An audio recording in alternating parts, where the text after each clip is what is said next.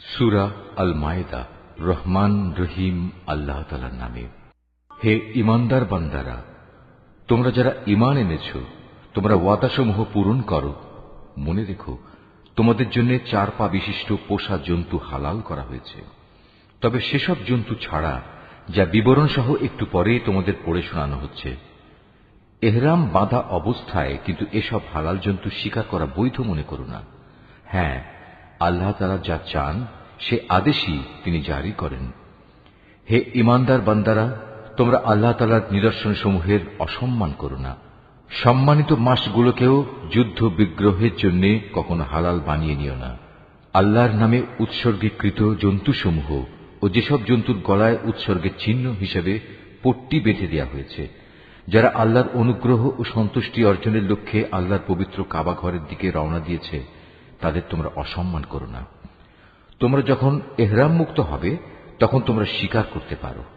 বিশেষ কোন একটি সম্প্রদায়ের বিদ্বেষ এমন বিদ্বেষ যার কারণে তারা তোমাদের আল্লাহ তাআলার পবিত্র মসজিদে আসার পথ বন্ধ করে দিয়েছিল, যেন তোমাদের কোন রকম সীমা লঙ্ঘন করতে প্ররোচিত না করে। তোমরা শুধু নেক কাজ ও তাকওয়ার ব্যাপারেই একে অপরের সহযোগিতা করো। পাপ ও বাড়াবাড়ির কাজে কখনো একে অপরের সহযোগিতা করো না। সর্বাবস্থায় আল্লাহ তাআলাকে ভয় করো, কেননা আল্লাহ তাআলা পাপের দণ্ডদানের ব্যাপারে অত্যন্ত কঠোর। মৃত জন্তু, রক্ত, শুয়োরের গোশত ও যে জন্তু আল্লাহ তাআলা ছাড়া অন্য কারো নামে জবাই কিংবা উৎসর্গ করা হয়েছে তা সবই তোমাদের উপর হারাম করা হয়েছে। শ্বাসরুদ্ধ হয়ে মরা, আঘাত খেয়ে মরা, উপর থেকে পড়ে মরা, শিঙের আঘাতে মরা, হিংস্র জন্তুর খাওয়া জন্তুও তোমাদের জন্য হারাম। তবে তোমরা তা যদি জীবিত অবস্থায় পেয়ে জবাই করে থাকো তাহলে তা হারাম নয়। পূজার বেদিতে বলি দেওয়া জন্তুও হারাম। লটারি কিংবা জুয়ার তীর নিক্ষেপ করে ভাগ্য নির্ণয় করা হারাম। এর সবকটাই হচ্ছে বড় বড় গুনার কাজ। আজ কাফেররা তোমাদের দিন নির্মূল করা সম্পর্কে হতাশ হয়ে পড়েছে, সুতরাং তোমরা তাদের ভয় করো না, বরং আমাকেই ভয় করো। আজ আমি তোমাদের জন্য তোমাদের দিন পরিপূর্ণ করে দিলাম, আর তোমাদের উপর আমার প্রতিশ্রুত নিয়ামতও আমি পূর্ণ করে দিলাম। তোমাদের জন্য জীবনের ব্যবস্থা হিসেবে আমি ইসলামকেই মনোনীত করলাম। হারামের ব্যাপারে মনে রেখো, যদি কোনো ব্যক্তি ক্ষুধার তাড়নায় হারাম খেতে বাধ্য হয় কিন্তু ইচ্ছা করে সে কোনো পাপের দিকে ঝুঁকে পড়তে না চায়, তার ব্যাপারটা আলাদা। অবশ্যই আল্লাহ তাআলা ক্ষমাশীল ও পরম দয়ালু। তারা তোমার কাছ থেকে জানতে চাইবে কোন কোন জিনিস তাদের জন্য হালাল করা হয়েছে। তুমি তাদের বলো, সব ধরনের পাকসাপ বস্তুই তোমাদের জন্য হালাল করা হয়েছে, এবং সেসব শিকারী জন্তু ও পাখির ধরে আনা জন্তু ও পাখিও তোমরা খাও, যাদের তোমরা শিকার করার নিয়ম শিক্ষা দিয়েছ, যেভাবে আল্লাহ তাআলা তোমাদের শিক্ষা দিয়েছিলেন। তবে এর উপর অবশ্যই আল্লাহ তাআলার নাম নেবে। তোমরা আল্লাহ তাআলাকে ভয় করো, আল্লাহ তাআলা দ্রুত হিসাব গ্রহণকারী। আজ তোমাদের জন্য যাবতীয় পাক জিনিস হালাল করা হলো। যাদের উপর আল্লাহর কিতাব নাজিল করা হয়েছে তাদের খাবারও তোমাদের জন্য হালাল, আবার তোমাদের খাদ্যদ্রব্যও তাদের জন্য হালাল। চরিত্রের সংরক্ষিত দুর্গে অবস্থানকারী মোমেন নারী ও তোমাদের আগে যাদের কিতাব দেওয়া হয়েছিল, যখন তোমরা তাদের মোহরানা আদায় করে দেবে, সেসব আহলে কিতাব সতী সাধ্বী নারীরাও তখন তোমাদের জন্য হালাল হয়ে যাবে। তোমরা থাকবে চরিত্রের রক্ষক হয়ে, কামনা চরিতার্থ করে কিংবা গোপন অভিসারী উপপত্নী বানিয়ে নয়। যে কেউই ঈমান অস্বীকার করবে তার জীবনের সব কর্মই নিষ্ফল হয়ে যাবে, এবং শেষ বিচারের দিনে সে হবে চরমভাবে ক্ষতিগ্রস্তদের একজন। হে ঈমানদার ব্যক্তিরা, তোমরা যখন নামাজের জন্য দাঁড়াবে, তোমরা তোমাদের পুরো মুখমণ্ডল ও কনুই পর্যন্ত তোমাদের হাত দুটো ধুয়ে নেবে।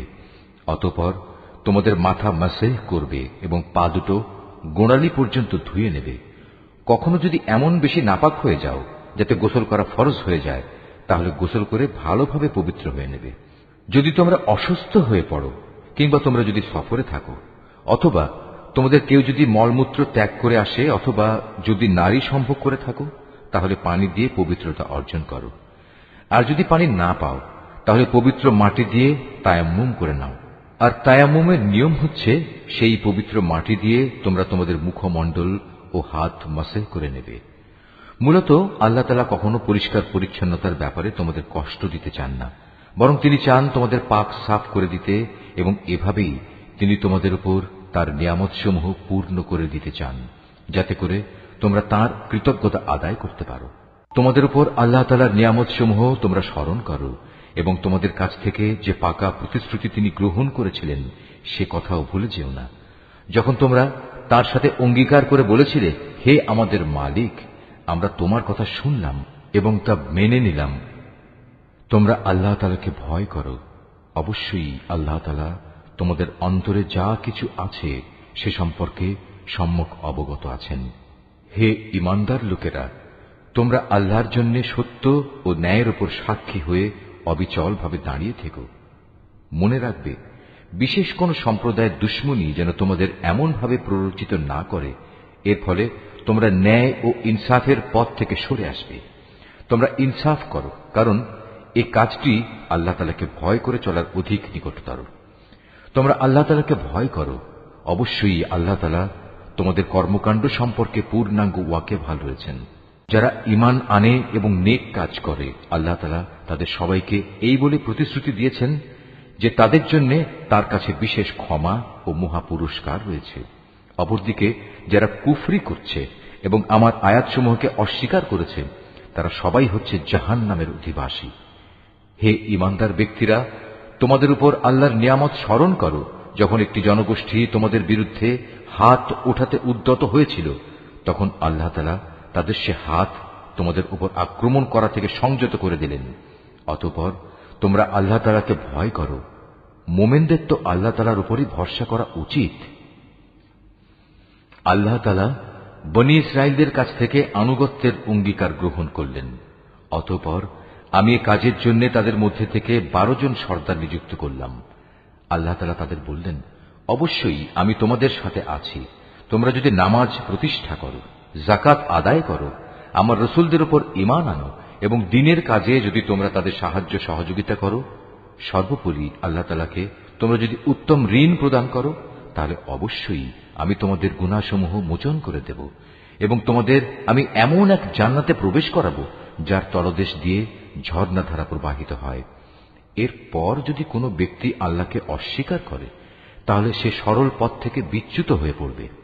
অতঃপর তাদের সেই অঙ্গীকার ভঙ্গ করার কারণে আমি তাদের উপর অভিশাপ নাজিল করেছি এবং তাদের হৃদয় কঠিন করে দিয়েছি।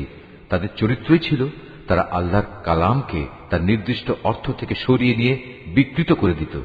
হেদায়েতের যা কিছু তাদের শিক্ষা দেয়া হয়েছিল তার অধিকাংশ কথাই তারা ভুলে গেল। প্রতিনিয়ত তুমি তাদের দেখতে পাবে, তাদের সামান্য একটি অংশ ছাড়া অধিকাংশ মানুষই আল্লাহর সাথে বিশ্বাসঘাতকতা করে চলেছে। অতএব তুমি তাদের ক্ষমা করে দাও। যথাসম্ভব তুমি তাদের সংস্রব এড়িয়ে চলো। অবশ্যই আল্লাহ তাআলা কল্যাণকামী মানুষদের ভালোবাসেন।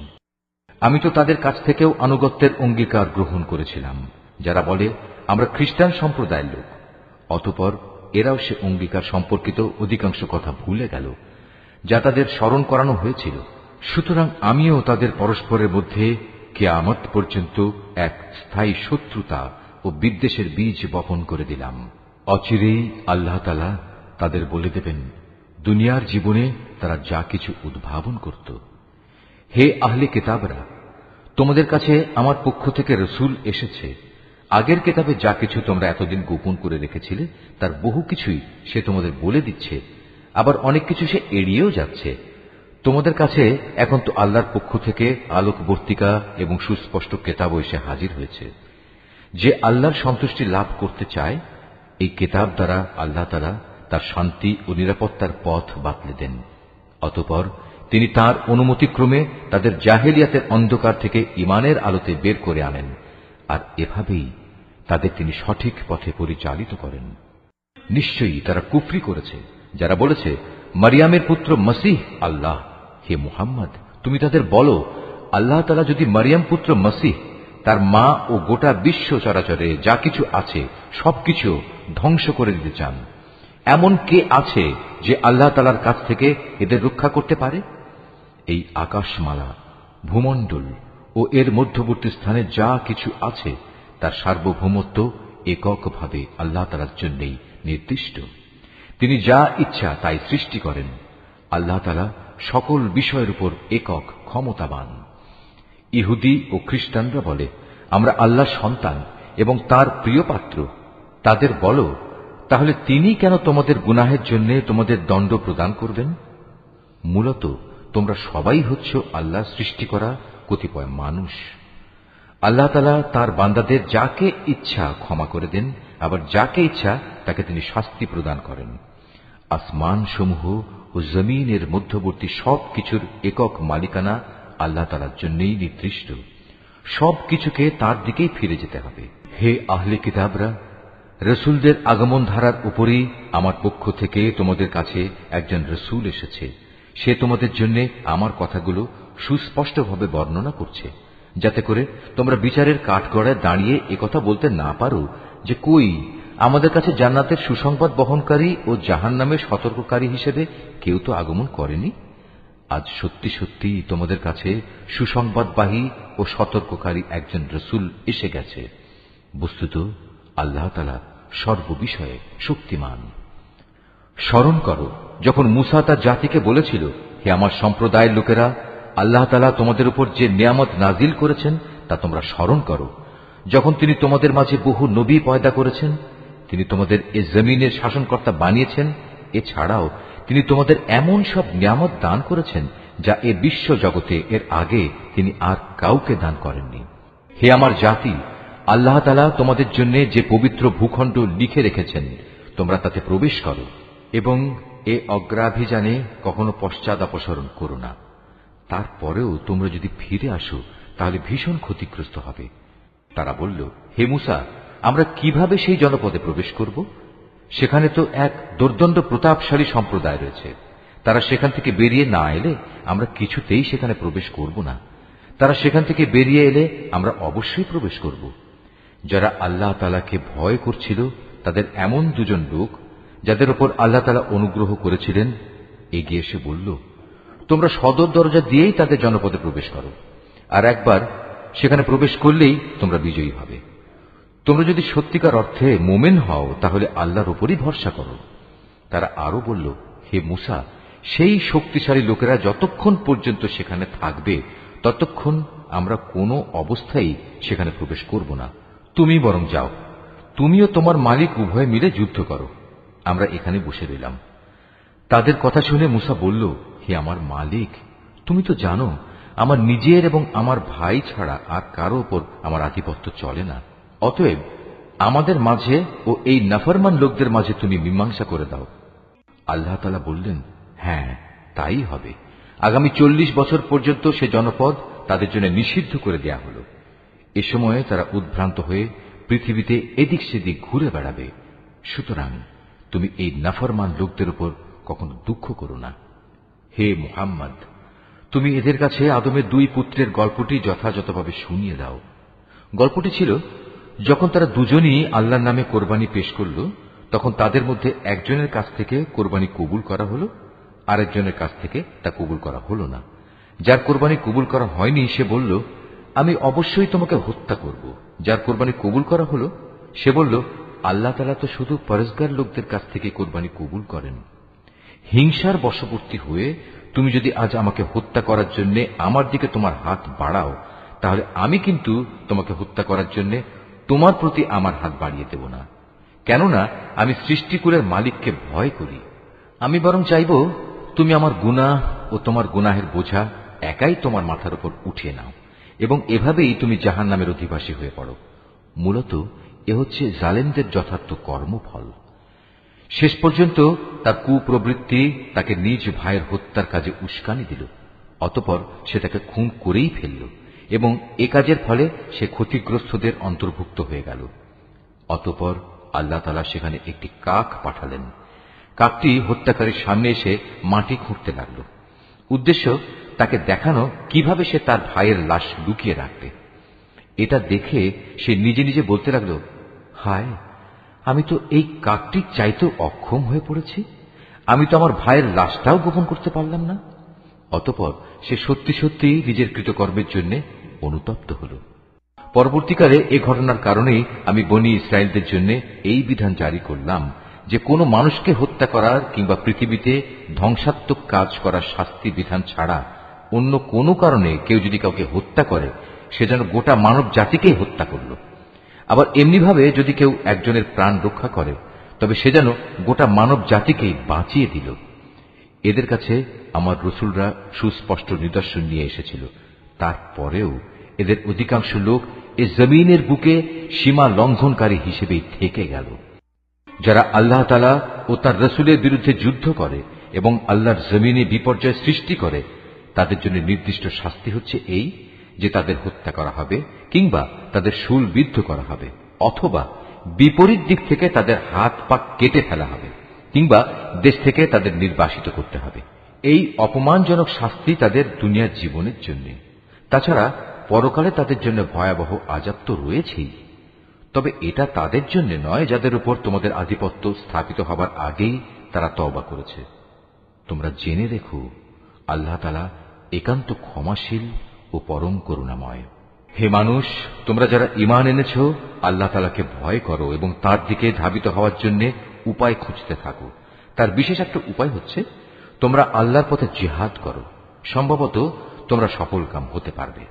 আর যারা ঈমান আনতে অস্বীকার করেছে, কিয়ামতের দিন পৃথিবীর সমুদয় ধন দৌলত যদি তাদের করায়ত্ত থাকে, তার সাথে আরো যদি সমপরিমাণ সম্পদ তাদের কাছে থাকে, এ সম্পদ মুক্তিপণ হিসেবে দিয়েও যদি সে কিয়ামতের দিন জাহান্নামের আযাব থেকে মুক্তি পেতে চায়, তাও সম্ভব হবে না। তার কাছ থেকে এর কিছুই সেদিন গ্রহণ করা হবে না। তাদের জন্য সেদিন কঠোর আযাব নির্ধারিত থাকবে। তারা সেদিন দোজখের আযাব থেকে বেরিয়ে আসতে চাইবে, কিন্তু কোনো অবস্থায় তারা সেখান থেকে বেরিয়ে আসতে পারবে না। তাদের জন্য স্থায়ী আযাব নির্দিষ্ট হয়ে আছে। পুরুষ ও নারী এদের যে কেউই চুরি করবে, তাদের হাত দুটো কেটে ফেলে। এটা তাদেরই কর্মফল এবং আল্লাহর পক্ষ থেকে নির্ধারিত দণ্ড। আল্লাহ তাআলা মহা শক্তিশালী ও প্রবল প্রজ্ঞাময়। হ্যাঁ, যে ব্যক্তি এ জঘন্য জুলুম করার পর আল্লাহ তাআলার কাছে তওবা করবে এবং নিজের সংশোধন করে নেবে, অবশ্যই আল্লাহ তাআলা তার তওবা কবুল করবেন। আল্লাহ তাআলা নিঃসন্দেহে বড় ক্ষমাশীল ও দয়াময়। তুমি কি একথা জানো না, এই আকাশমণ্ডলী ও জমিনের একক সার্বভৌমত্ব একমাত্র আল্লাহ তাআলার জন্য? তিনি যাকে ইচ্ছা তাকে শাস্তি দেন, আবার যাকে ইচ্ছা তাকে তিনি মাফ করে দেন। কেননা সবকিছুর উপর তিনিই হচ্ছেন একক ক্ষমতাবান। হে রাসূল, যারা দ্রুত গতিতে কুফরির পথে ধাবিত হচ্ছে, তারা যেন তোমাকে দুঃখ না দেয়। এরা সে দলের লোক যারা মুখে মুখে বলে আমরা ঈমান এনেছি, কিন্তু সত্যিকার অর্থে তাদের অন্তর কখনো ঈমান আনেনি। আর তাদের ব্যাপারও নয় যারা ইহুদি, তারা মিথ্যা কথা শোনার জন্য সদা কান খাড়া করে রাখে এবং তাদের বন্ধু সম্প্রদায়ের যেসব লোক কখনো তোমার কাছে আসেনি, এরা সেই অপর সম্প্রদায়টির জন্যই নিজেদের কান খাড়া করে রাখে। আল্লাহর কিতাবের কথাগুলো আপন জায়গায় বিন্যস্ত থাকার পরেও এরা তা বিকৃত করে বেড়ায় এবং অন্যদের কাছে এরা বলে, হ্যাঁ, যদি এ ধরনের কোনো বিধান তোমাদের দেওয়া হয় তাহলে তোমরা তা গ্রহণ করো, আর সে ধরনের কিছু না দেয়া হলে তোমরা তা থেকে সতর্ক থেকো। আসলে আল্লাহ তাআলা যার পথচ্যুতি চান, তাকে আল্লাহর পাকড়াও থেকে বাঁচানোর জন্য তুমি তো কিছুই করতে পারো না। এরাই হচ্ছে সেসব হতভাগ্য লোক। আল্লাহ তাআলা কখনো যাদের অন্তরগুলোকে পাক সাফ করার ইরাদা পোষণ করেন না, তাদের জন্য পৃথিবীতে যেমনি রয়েছে অপমান ও লাঞ্ছনা, পরকালেও তেমনি তাদের জন্য অপেক্ষা করছে ভয়াবহ আযাব। ইহুদিদের চরিত্র হচ্ছে, এরা যেমন মিথ্যা কথা শুনতে অভ্যস্ত, তেমনি এরা হারাম মাল খেতেও ওস্তাদ। অতএব এরা যদি কখনো কোনো বিচার নিয়ে তোমার কাছে আসে, তাহলে তুমি চাইলে তাদের বিচার করতে পারো কিংবা তাদের উপেক্ষা করো। যদি তুমি তাদের ফিরিয়ে দাও, তাহলে নিশ্চিত থাকো এরা তোমার কোনোই অনিষ্ট করতে পারবে না। তবে যদি তুমি তাদের বিচার ফয়সালা করতে চাও, তাহলে অবশ্যই ন্যায় বিচার করবে। নিঃসন্দেহে আল্লাহ তাআলা ন্যায় বিচারকদের ভালোবাসেন। এসব লোক কিভাবে তোমার কাছে বিচারের ভার নিয়ে হাজির হবে, যখন তাদের নিজেদের কাছেই আল্লাহর পাঠানো তাওরাত মজুদ রয়েছে? তাতেও তো বিচার আচার সংক্রান্ত আল্লাহর বিধান আছে। তুমি যা কিছুই করো না কেন, একটু পরেই তারা তোমার কাছ থেকে মুখ ফিরিয়ে নেবে। এরা আসলে ঈমানদারই নয়। নিঃসন্দেহে আমি মুসার কাছে তাওরাত নাজিল করেছি, তাতে তাদের জন্য পথ নির্দেশ ও আলোকবর্তিকা বর্তমান ছিল। আমার নবীরা যারা আমার বিধানেরই অনুবর্তন করত, ইহুদি জাতিকে এ হিদায়েত মোতাবেকই আইন কানুন প্রদান করত। নবীদের পর তাদের জ্ঞান সাধক ও ধর্মীয় পণ্ডিতরাও এ অনুযায়ী বিচার ফয়সালা করত। কেননা নবীর পর আল্লাহর কিতাব সংরক্ষণ করার দায়িত্ব এদেরই দেয়া হয়েছিল। তারা নিজেরাও ছিল এর প্রত্যক্ষ সাক্ষী। সুতরাং তোমরা মানুষদের ভয় না করে একান্তভাবে আমাকেই ভয় করো, আর আমার আয়াতসমূহ সামান্য মূল্যে বিক্রি করে দিও না। যারা আল্লাহর নাজিল করা আইন অনুযায়ী বিচার ফয়সালা করে না, তারাই হচ্ছে কাফের।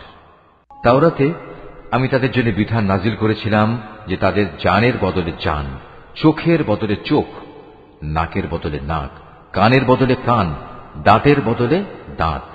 শাস্তি প্রয়োগের সময় এই শারীরিক জখমটাই কিন্তু আসল দণ্ড বলে বিবেচিত হয়। অবশ্য বাদীপক্ষের কেউ যদি এই দণ্ড মাফ করে দিতে চায়, তাহলে তা তার নিজের গুনাহ খাতার জন্য কাফারা হিসেবে গণ্য হবে। আর যারাই আল্লাহ নাজিল করা বিধান অনুযায়ী বিচার ফয়সালা করবে না, তারা হচ্ছে জালেম। এ ক্রমধারায় অতঃপর আমি মরিয়ম পুত্র ঈসাকে পাঠিয়েছি। সে সময় আগে থেকে তাওরাতে যা কিছু অবশিষ্ট ছিল সে ছিল তার সত্যতা স্বীকারকারী, আর আমি তাকে ইনজিল দান করেছি, তাতে ছিল হেদায়েত ও নূর। তখন তাওরাতে যা কিছু তার কাছে বর্তমান ছিল, ইনজিল কিতাব তার সত্যতা স্বীকার করেছে।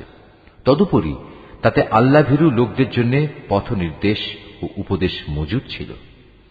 ইনজিলের অনুসারীদের উচিত এর ভেতর আল্লাহ তাআলা যা কিছু নাজিল করেছেন তার ভিত্তিতে বিচার ফয়সালা করা। কেননা যারাই আল্লাহর নাজিল করা আইনের ভিত্তিতে বিচার করবে না, তারাই ফাসেক। হে মুহাম্মদ, আমি তোমার প্রতি সত্য দিন সহ এ কিতাব নাজিল করেছি।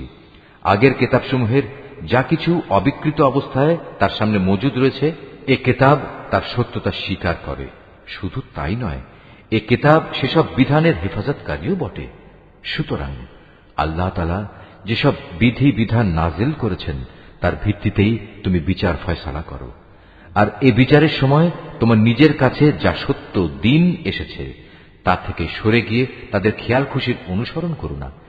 আমি তোমাদের প্রতিটি সম্প্রদায়ের জন্য শরীয়ত ও কর্মপন্থা নির্ধারণ করে দিয়েছি। আল্লাহ তাআলা চাইলে তোমাদের সবাইকে একই উম্মত বানিয়ে দিতে পারতেন, বরং তিনি তোমাদের যা দিয়েছেন তার ভিত্তিতে তোমাদের যাচাই বাছাই করে নিতে চেয়েছেন। অতএব ভালো কাজে তোমরা সবাই প্রতিযোগিতা করো, কেননা আল্লাহ তাআলার দিকেই হবে তোমাদের সকলের প্রত্যাবর্তন স্থল। এখানে তোমরা যেসব বিষয় নিয়ে মতভেদ করতে, অতঃপর তিনি অবশ্যই তা তোমাদের স্পষ্ট করে বলে দেবেন। অতএব হে মুহাম্মদ, তোমার উপর আল্লাহ তাআলা যে আইন কানুন নাজিল করেছেন তুমি তারই ভিত্তিতে এদের মাঝে বিচার ফয়সালা করো, এবং কখনো তাদের খেয়াল খুশির অনুসরণ করো না, এবং তাদের ষড়যন্ত্র থেকে সতর্ক থেকো। যা কিছু আল্লাহ তাআলা তোমার উপর নাজিল করেছেন তার কোনো কোনো বিষয়ে যেন তারা কখনো তোমাকে ফিতনায় না ফেলতে পারে। অতঃপর তোমার ফয়সালায় যদি এরা মুখ ফিরিয়ে নেয়, তাহলে জেনে রেখো আল্লাহ তাআলা তাদের নিজেদেরই কোনো গুনাহের জন্য তাদের কোন রকম মুসিবতে ফেলতে চান। কেননা মানুষের মাঝে অধিকাংশই হচ্ছে অবাধ্য। তবে কি তারা পুনরায় জাহিলিয়াতের বিচার ব্যবস্থা তালাশ করছে? অথচ যারা আল্লাহতে বিশ্বাস করে তাদের কাছে আল্লাহ তাআলার চাইতে উত্তম বিচারক আর কে হতে পারে? হে ঈমানদার লোকেরা, তোমরা কখনো ইহুদি খ্রিস্টানদের নিজেদের বন্ধু হিসেবে গ্রহণ করো না, কেননা এরা নিজেরা সব সময় একে অপরের বন্ধু। তোমাদের মধ্যে কেউ যদি কখনো এদের কাউকে বন্ধু বানিয়ে নেয়, তাহলে সে তাদেরই দলভুক্ত হয়ে যাবে। আর আল্লাহ তাআলা কখনো জালেম সম্প্রদায়কে হেদায়েত দান করেন না। অতঃপর যাদের অন্তরে মুনাফিকির ব্যাধি রয়েছে তাদের তুমি দেখবে তারা বিশেষ তৎপরতার সাথে এই বলে তাদের সাথে মিলিত হচ্ছে যে আমাদের আশঙ্কা হচ্ছে কোনো বিপর্যয় এসে আমাদের উপর আপতিত হবে। পরে হয়তো আল্লাহ তাআলা তোমাদের কাছে বিজয় নিয়ে আসবেন, কিংবা তার কাছ থেকে অন্য কিছু অনুগ্রহ তিনি দান করবেন। তখন তা দেখে এই লোকেরা নিজেদের মনের ভেতর যে কপটতা লুকিয়ে রেখেছিল তার জন্য ভীষণ অনুতপ্ত হবে।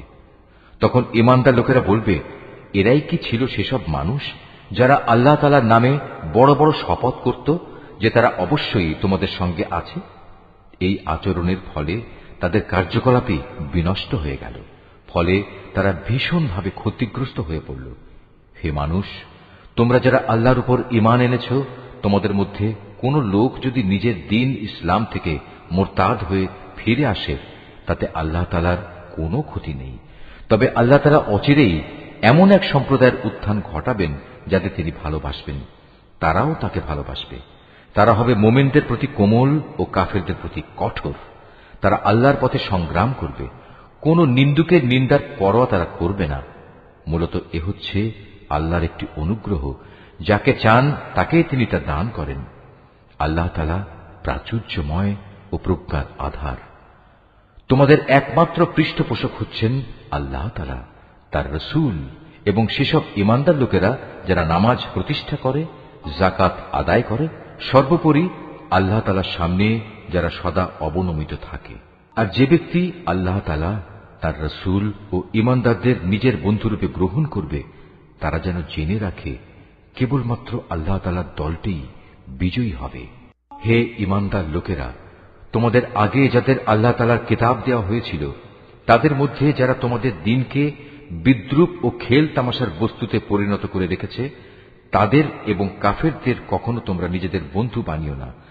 যদি তোমরা সত্যিকার অর্থে মোমেন হয়ে থাকো, তাহলে একমাত্র আল্লাহ তাআলাকেই বন্ধু বানাও এবং তাকেই ভয় করো। যখন তোমরা মানুষদের নামাজের জন্য ডাকো, তখন এই ডাককে এরা হাসি তামাশা ও খেলার বস্তু বানিয়ে দেয়। এরা হচ্ছে এমন এক সম্প্রদায় যারা হক বাতিলের কিছুই বোঝে না। হে রাসূল, তুমি এদের বলো, তোমরা যে আমাদের কাছ থেকে প্রতিশোধ নিচ্ছ, তার কারণ এই যে আমরা আল্লাহর উপর ঈমান এনেছি এবং আমাদের উপর আগে ও বর্তমানে যা কিছু নাজিল করা হয়েছে তার উপর বিশ্বাস স্থাপন করেছি। আসলে তোমাদের অধিকাংশ মানুষই হচ্ছে গুনাহগার। হে রাসূল, তুমি বলো, আমি কি তোমাদের বলে দেব আল্লাহর কাছ থেকে সবচাইতে নিকৃষ্ট পুরস্কার কে পাবে? সে লোক হচ্ছে যার উপর আল্লাহ তাআলা অভিশাপ দিয়েছেন, যার উপর আল্লাহর ক্রোধ রয়েছে এবং যাদের কিছু লোককে তিনি বানর, কিছু লোককে শুয়োরে পরিণত করে দিয়েছেন, যারা মিথ্যা মাবুদের আনুগত্য স্বীকার করেছে। এরাই হচ্ছে সেসব লোক পরকালে যাদের অবস্থান হবে অত্যন্ত নিকৃষ্ট এবং দুনিয়াতেও এরা সরল পথ থেকে বহু দূরে বিচ্যুত হয়ে পড়েছে। তারা যখন তোমার সামনে আসে তখন বলে, আমরা ঈমান এনেছি। আসলে তারা তোমার কাছে কুফরি নিয়েই প্রবেশ করছিল এবং তা নিয়েই তোমার কাছ থেকে তারা বেরিয়ে গেছে। তারা মনের ভেতর যা কিছু লুকিয়ে রাখছিল, আল্লাহ সে ব্যাপারে পূর্ণ ওয়াকিফাল রয়েছেন। তাদের অনেককেই তুমি দেখতে পাবে গুনাহ করা, আল্লাহর সাথে বিদ্রোহ ও হারাম মাল ভোগ করার কাজে এরা একে অপরের সাথে প্রতিযোগিতা করে চলেছে। এরা যা কিছু করে মূলত তা বড়ই নিকৃষ্ট কাজ। কত ভালো হতো এদের ধর্মীয় নেতা ও পণ্ডিত ব্যক্তিরা যদি এদের এসব পাপের কথা ও হারাম মাল ভোগ করা থেকে বিরত রাখত, কারণ এরা যা কিছু সংগ্রহ করছে তা বড়ই জঘন্য। ইহুদিরা বলে, আল্লাহর দানের হাত পা বাঁধা পড়ে গেছে। আসলে তাদের নিজেদের হাতই বাঁধা পড়ে গেছে। আর তারা যা কিছু বলেছে সে কারণে তাদের উপর আল্লাহ তাআলার অভিশাপ নাজিল করা হয়েছে। আল্লাহর তো দুনিয়া আখিরাতের উভয় হাতই মুক্ত। যেভাবে তিনি চান সেভাবেই তিনি দান করেন। প্রকৃত ঘটনা হচ্ছে, তোমার মালিকের পক্ষ থেকে যা কিছু তোমার উপর নাজিল করা হয়েছে তা তাদের অনেকেরই সীমা লঙ্ঘন ও কুফরি বাড়িয়ে দিয়েছে। এই আচরণের ফলে আমি তাদের মাঝে কিয়ামত পর্যন্ত একটা শত্রুতা ও পরস্পর বিদ্বেষ সঞ্চার করে দিয়েছি। যখনই তারা যুদ্ধের আগুন জ্বালিয়ে দিতে চেয়েছে, আল্লাহ তাআলা তখনই তা নিভিয়ে দিয়েছেন। তারা বারবার এ জমিনে বিপর্যয় সৃষ্টির প্রয়াস পেয়েছে। আসলে আল্লাহ তাআলা বিপর্যয় সৃষ্টিকারীদের মোটেই ভালোবাসেন না।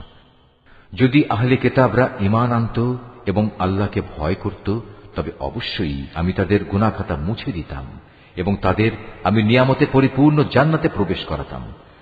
যদি তারা তাওরাত ও ইনজিল তথা তার বিধান প্রতিষ্ঠা করত, আর যা তাদের উপর তাদের মালিকের কাছ থেকে নাজিল করা হয়েছে তার উপর প্রতিষ্ঠিত থাকত, তাহলে তারা রিজিক পেত তাদের মাথার উপরের আসমান থেকে ও তাদের পায়ের নিচের জমিন থেকে।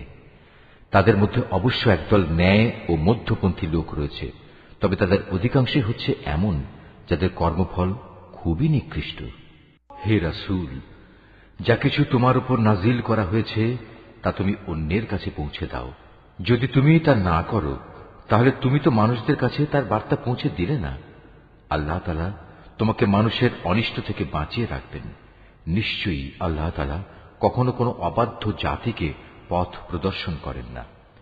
তুমি তাদের বলো, হে আহলে কিতাবরা, যতক্ষণ পর্যন্ত তোমরা তাওরাত, ইনজিল ও তোমাদের প্রতি তোমাদের মালিকের পক্ষ থেকে যা নাজিল করা হয়েছে তা প্রতিষ্ঠিত না করবে, ততক্ষণ পর্যন্ত মনে করতে হবে তোমরা কোনো কিছুর উপরই প্রতিষ্ঠিত নেই।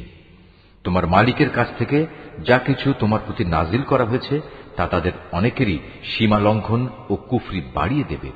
সুতরাং তুমি এই কাফের সম্প্রদায়ের জন্য মোটেই আফসোস করো না। নিশ্চয়ই ইহুদি, সাবেই, খ্রিস্টান যে কেউই এক আল্লাহ তাআলা ও শেষ বিচার দিনের উপর ঈমান আনবে এবং সৎকর্ম করবে তাদের কোনো ভয় নেই, পরকালেও তাদের কোনো দুশ্চিন্তাগ্রস্ত হতে হবে না। বনী ইসরাইলের কাছ থেকে আমি আনুগত্যের অঙ্গীকার আদায় করে নিয়েছিলাম এবং সে মোতাবেক আমি তাদের কাছে রসুলদের প্রেরণ করেছিলাম। কিন্তু যখনই কোন রসুল তাদের কাছে এমন কোন বিধান নিয়ে হাজির হয়েছে যা তাদের পছন্দসই ছিল না, তখনই তারা এই রসুলদের একদলকে মিথ্যাবাদী বলেছে, আরেক দলকে তারা হত্যা করেছে। তারা ধরে নিয়েছিল এত কিছু করা সত্ত্বেও তাদের উপর কোনো বিপর্যয় আসবে না, তাই তারা সত্য গ্রহণ করার ব্যাপারে অন্ধ ও বধির হয়ে থাকল। তারপরেও আল্লাহ তাআলা তাদের প্রতি ক্ষমা পরবশ হলেন। তাদের অনেকেই আবার অন্ধ ও বধির হয়ে গেল। তারা যা কিছু করেছে আল্লাহ তাআলা তা পর্যবেক্ষণ করছেন। নিশ্চয়ই তারা কাফের হয়ে গেছে যারা একথা বলেছে আল্লাহ হচ্ছেন মারিয়ামের পুত্র মসীহ, অথচ মসীহ নিজেই একথা বলেছে যে হে বনী ইসরাইল, তোমরা এক আল্লাহর ইবাদত করো যিনি আমারও মালিক তোমাদেরও মালিক। মূলত যে কেউই আল্লাহর সাথে শরীক করবে আল্লাহ তাআলা তার উপর জান্নাত হারাম করে দেবেন, আর তার স্থায়ী ঠিকানা হবে জাহান্নাম। এই জালেমদের সেদিন কোনো সাহায্যকারী থাকবে না। তারাও কুফরি করেছে যারা বলেছে তিনজনের মধ্যে তৃতীয় জন হচ্ছেন আল্লাহ, অথচ এক আল্লাহ তাআলা ছাড়া আর কোনো ইলাহ নেই। তারা যদি এখনো তাদের এসব অলীক কথাবার্তা থেকে ফিরে না আসে, তবে তাদের মাঝে যারা একথা বলে কুফরি করেছে তাদের অবশ্যই কঠিন যন্ত্রণাদায়ক আযাবে পেয়ে যাবে। তারা কি আল্লাহর কাছে তওবা করবে না? কখনো কি তারা তার কাছে ক্ষমা প্রার্থনা করবে না? আল্লাহ তাআলা বড়ই ক্ষমাশীল ও দয়াময়। মারিয়াম পুত্র মসীহ তো রসুল ছাড়া কিছুই ছিল না। তার আগেও তার মতো অনেক রসুল গত হয়েছে। তার মা ছিল এক সত্যনিষ্ঠ মহিলা। তারা মা ও ছেলে উভয়ই আর দুদশটি মানুষের মতো করেই খাবার খেত। তুমি লক্ষ্য করে দেখো আমি কিভাবে আমার আয়াতগুলো খুলে খুলে বর্ণনা করছি। তুমি দেখো কিভাবে তারা সত্য বিমুখ হয়ে যাচ্ছে। তুমি বলো, তোমরা কি আল্লাহকে বাদ দিয়ে এমন কিছুর ইবাদত করছো যা তোমাদের কোনো ক্ষতি কিংবা উপকার কিছুই করার ক্ষমতা নেই? প্রকৃতপক্ষে আল্লাহ তাআলা সব কিছুই শোনেন এবং সবকিছুই জানেন। তুমি বলো, হে আহলে কিতাবরা, তোমরা কখনো নিজেদের দ্বীনের ব্যাপারে অন্যায় বাড়াবাড়ি করো না। মসীহের ব্যাপারে তোমরা সেসব জাতির খেয়াল খুশির অনুসরণ করো না যারা তোমাদের আগেই পথভ্রষ্ট হয়ে গেছে এবং তারা অনেক লোককেই গোমরাহ করে দিয়েছে, আর তারা নিজেরাও সহজ সরল পথ থেকে বিচ্যুত হয়ে গেছে। বনী ইসরাইলদের আরো যারা মসীহের ব্যাপারে আল্লাহর এ ঘোষণা অস্বীকার করেছে তাদের উপর দাউদ ও মরিয়ম পুত্র ঈসার মুখ থেকে অভিশাপ দেওয়া হয়েছে, কেননা তারা আল্লাহর বিরুদ্ধে বিদ্রোহ করেছে এবং সীমা লঙ্ঘন করেছে। তারা যেসব গর্হিত কাজ করত তা থেকে তারা একে অপরকে বারণ করত না। তারা যা করত নিঃসন্দেহে তা ছিল নিকৃষ্ট। তুমি তাদের মাঝে এমন বহু লোককে দেখতে পাবে যারা ঈমানদারদের বদলে কাফেরদের সাথে বন্ধুত্ব করতে বেশি আগ্রহী। অবশ্য তারা নিজেরা যা কিছু অর্জন করে সামনে পাঠিয়েছে তাও অতি নিকৃষ্ট। এ কারণে আল্লাহ তাআলা তাদের উপর ক্রোধান্বিত হয়েছেন। এই লোকেরা চিরকাল আযাবেই নিমজ্জিত থাকবে। তারা যদি সত্যি আল্লাহ তাআলা, তার নবী ও তার প্রতি যা নাজিল করা হয়েছে তার প্রতি যথাযথ ঈমান আনত, তাহলে এরা কাফেরদের বন্ধু হিসেবে গ্রহণ করত না। কিন্তু তারা তো অধিকাংশই হচ্ছে গুনাহগার। অবশ্যই তোমরা ঈমানদারদের সাথে শত্রুতার ব্যাপারে ইহুদি ও মুশরিকদেরই বেশি কঠোর দেখতে পাবে। অপরদিকে মুমিনদের সাথে বন্ধুত্বের ব্যাপারে তোমরা সেসব লোককে কিছুটা নিকটতর পাবে যারা বলেছে আমরা খ্রিস্টান। এটা এই কারণে যে তখনও তাদের মধ্যে ধর্মীয় পণ্ডিত ব্যক্তি ও সংসার বিরাগী ফকির দরবেশরা মজুদ ছিল, আর এ ব্যক্তিরা সাধারণত অহংকার করে না। রসুলের উপর যা কিছু নাজিল করা হয়েছে তা যখন এরা শোনে তখন সত্য চেনার কারণে তুমি এদের অনেকের চোখকেই দেখতে পাবে অশ্রু সজল। নিবেদিত হয়ে তারা বলে ওঠে, হে আমাদের মালিক, আমরা ঈমান এনেছি, তুমি আমাদের নাম সত্যের সাক্ষ্যদাতাদের দলে লিখে নাও। বিশেষ করে আমরা যখন এই প্রত্যাশা করি যে আমাদের মালিক আমাদের সৎ কর্মশীলদের দলভুক্ত করে দেবেন, তখন আল্লাহ তাআলা ও তার কাছ থেকে আমাদের কাছে যা কিছু সত্য এসেছে তার উপর আমরা ঈমান আনব না কেন? অতঃপর তাদের উক্তির কারণে আল্লাহ তাআলা সন্তুষ্ট হয়ে পরকালে তাদের এমন এক জান্নাত দান করবেন যার তলদেশ দিয়ে অমীয় ঝর্ণাধারা প্রবহমান থাকবে, সেখানে তারা হবে চিরস্থায়ী। আর এটা হচ্ছে নেককার লোকদের যথার্থ পুরস্কার।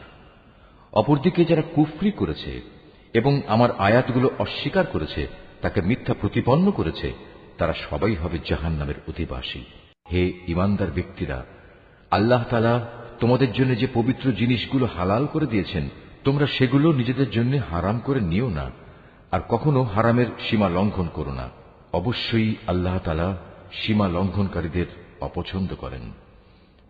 আল্লাহ তাআলা তোমাদের যে হালাল ও পবিত্র রিজিক দান করেছেন, তোমরা তা খাও এবং এ ব্যাপারে সে আল্লাহ তাআলার সীমারেখাকে ভয় করো, যার উপর তোমরা ঈমান এনেছ।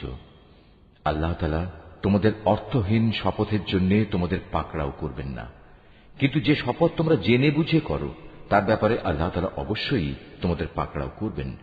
এবং তার কাফফারা হচ্ছে 10 জন গরিব মিসকিনকে মধ্যম মানের খাবার খাওয়ানো, যা তোমরা সচরাচর নিজেদের পরিবার পরিজনদের খাইয়ে থাকো, কিংবা 10 জন মিসকিনকে পোশাক দান করা, অথবা একজন ক্রীতদাস মুক্ত করে দেয়া। যে ব্যক্তি এর কোনোটাই পাবে না তার জন্য কাফফারা হচ্ছে 3 দিন রোজা রাখা। শপথ ভাঙলে তোমাদের শপথ ভাঙার এ হচ্ছে কাফফারা। অতএব তোমরা তোমাদের শপথসমূহ রক্ষা করো। আল্লাহ তাআলা এভাবেই তাঁর আয়াতসমূহ তোমাদের কাছে বিশদভাবে বর্ণনা করেন, যাতে করে তোমরা কৃতজ্ঞতা জ্ঞাপন করতে পারো।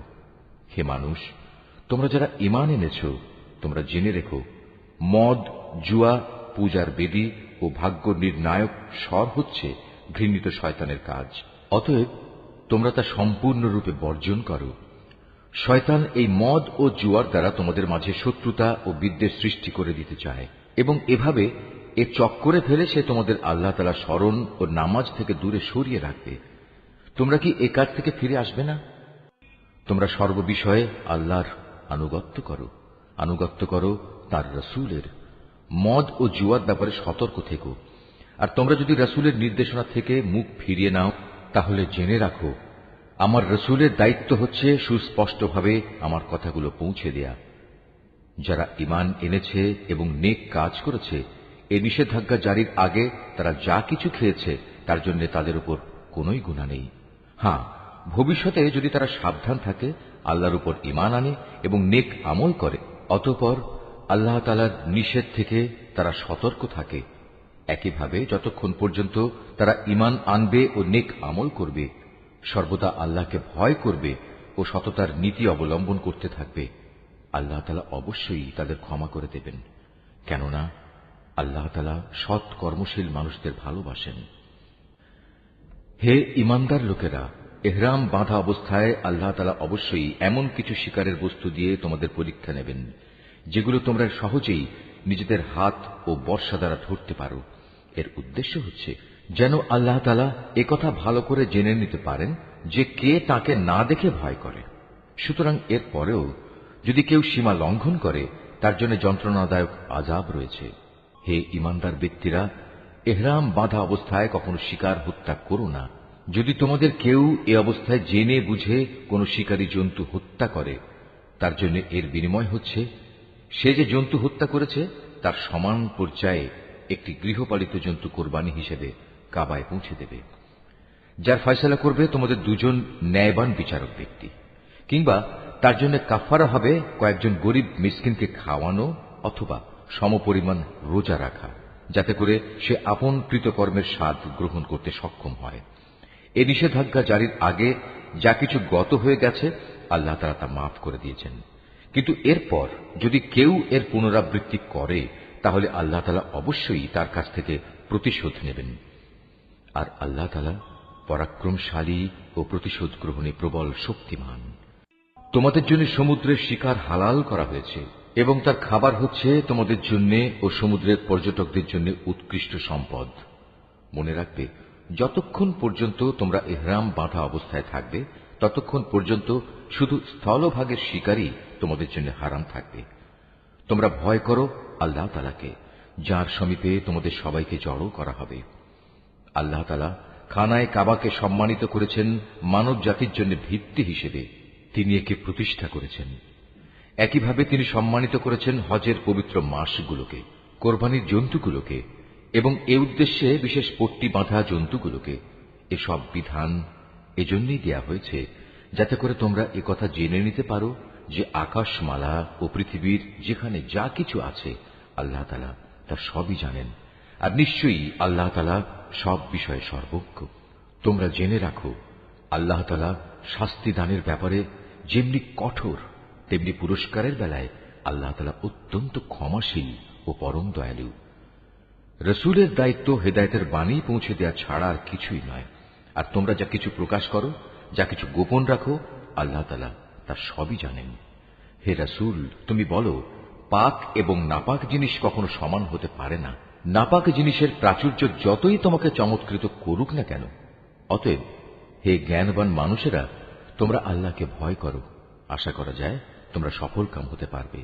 হে ঈমানদার লোকেরা, আল্লাহর নবীর কাছে এমন সব বিষয় নিয়ে প্রশ্ন করো না যার জবাব প্রকাশ করা হলে তাতে তোমাদেরই কষ্ট হবে। অবশ্য কোরআন নাজিল হবার মুহূর্তে যদি তোমরা সে প্রশ্ন করো তাহলে তা তোমাদের কাছে প্রকাশ করা হবে। এই বিধান জারির আগে যা কিছু হয়ে গেছে তা আল্লাহ তাআলা তোমাদের মাফ করে দিয়েছেন, কেননা আল্লাহ তাআলা পরম ক্ষমাশীল ও ধৈর্যশীল। তোমাদের আগেও কিছু সম্প্রদায় তাদের নবীকে এ ধরনের প্রশ্ন করত, কিন্তু এর পরক্ষণেই তারা তা অমান্য করতে শুরু করল।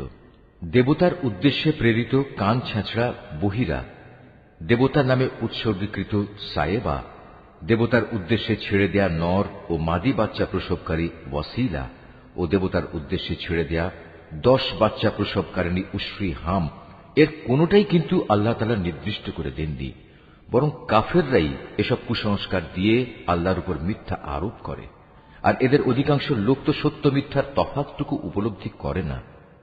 যখন এদের বলা হয় আল্লাহ তাআলা যা কিছু নাজিল করেছেন তোমরা সেদিকে এসো, এসো তাঁর রসুলের দিকে, তখন তারা বলে, আমরা আমাদের বাপ দাদাদের যে বিধানের উপর পেয়েছি তাই আমাদের জন্য যথেষ্ট।